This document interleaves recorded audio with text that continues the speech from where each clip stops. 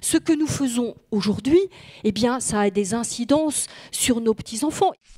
Une technologie à base de matières premières recyclables, c'est plus cher qu'une technologie à base de matières premières primaires. Ça veut dire que nos modes de vie vont être plus chers. C'est-à-dire que nos téléphones portables, notre électricité vont être plus chers si nous avons ce courage, mais il faut le courage de décider que ça impacte nos portefeuilles, mais il faut bien que nous comprenions que c'est indispensable pour que nos modes de vie soient un peu plus durables qu'ils ne le sont aujourd'hui.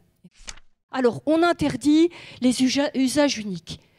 Mais quand on interdit cela, qui a réfléchi qu'on interdit les bioplastiques qui sont biodégradables?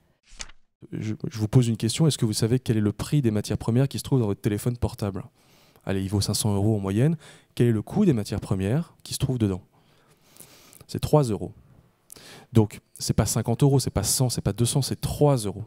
Est-ce que je vais faire un effort pour aller vers un téléphone portable avec des produits 100% recyclés? Ça va peut-être me coûter 505 € ou 510 €.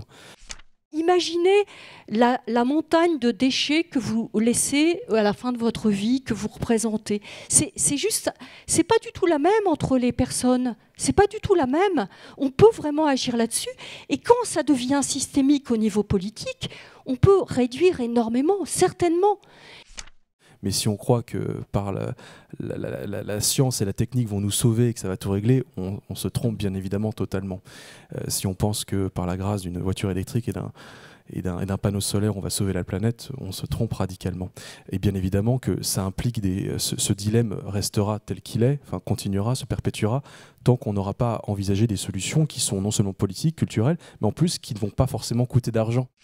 Il y a une alternative à l'esprit, enfin le mot environnement, c'est la mésologie, c'est ce qu'on appelle la pensée avec le milieu. Et c'est vraiment aujourd'hui un état d'esprit qui est tellement en train de se propager comme une traînée de poudre que je crois que ça peut faire système.